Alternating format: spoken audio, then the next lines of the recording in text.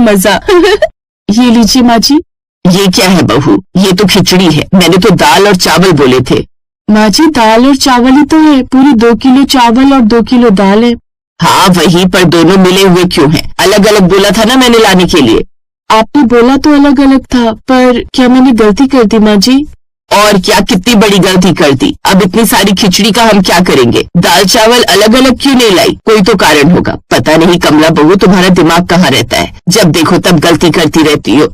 माँ जी मैंने जानबूझकर ऐसा नहीं किया। भाभी ने मुझे बताया था कि ऐसे चावल और दाल एक साथ मिलाने से वजन हल्का हो जाता है और लाने में भी आसानी होती है। उन्होंने कहा था कि वो मेरी बहन जैसी है और इसीलिए मेरी मदद कर रही है।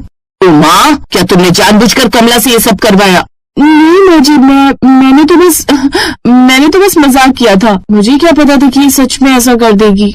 मैं समझ गई माँ जी, खोट मुझ में ही है। शायद मैं बहुत सीधी सादी हूँ, बेवकूफ हूँ, इसीलिए तो सबको अपना समझ लेती हूँ। भाभी ने मुझे अपनी छोटी बहन कहा और मैं उनकी बातों में आ गई। क्या करूँ, मेरा स्वभाव ही ऐसा है, सामने वाले को अपना समझ लेती हूँ। मुझे माफ कर दीजिए माँ जी, मुझसे गलती हो गई। मैं दोबारा बाजार चली जाती हूँ, अब अलग अलग लाऊंगी दाल चावल।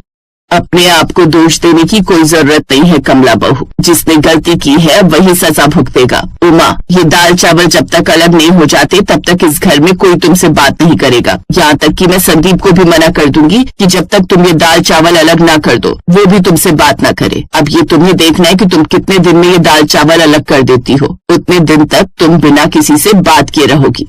जैसी करनी वैसी भरनी वाला फल उमा को मिल गया था। अगले कुछ दिनों तक घर में किसी ने भी उससे बात नहीं की। उमा की चालाकी उसी पर भारी पड़ गई और उस सजा के बाद उसने कभी भी कमला को सताने की कोशिश नहीं की।